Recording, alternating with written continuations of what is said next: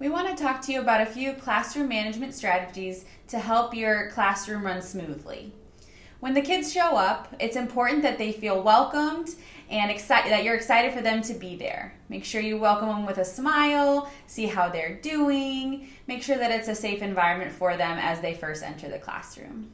Now let's talk for a few minutes about making sure that everybody's behaving like we need them to behave. By and large, these are such great kids, and overall, their behavior often is great.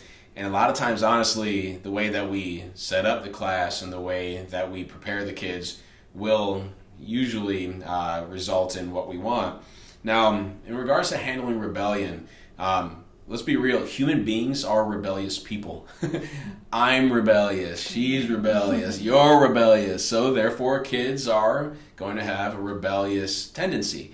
And so with that, what we encourage you is you kind of need to take a strong first stance that with the kids that we don't let things get too out of hand, because it's really hard to rein things back in.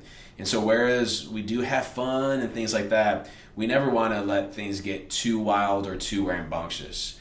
We really recommend that we don't do things like roughhousing.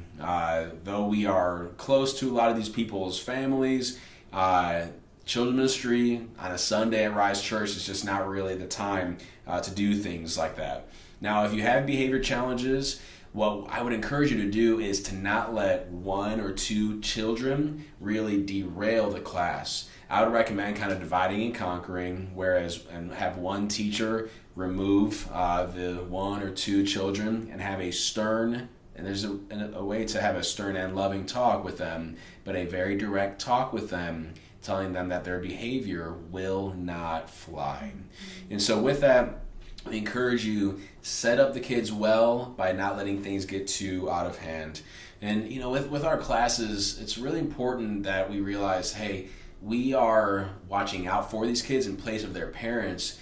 And one thing in this same vein that I want to note is that we always want to make sure that our kids understand appropriate and inappropriate touch. And so to that end, I think we understand that we are to never touch them inappropriately. That goes without saying. But there's something that can come up on you that might be a surprise. These good-hearted, playful kids, as they interact with their children, might do things like suddenly smack you on the bottom or do things like that.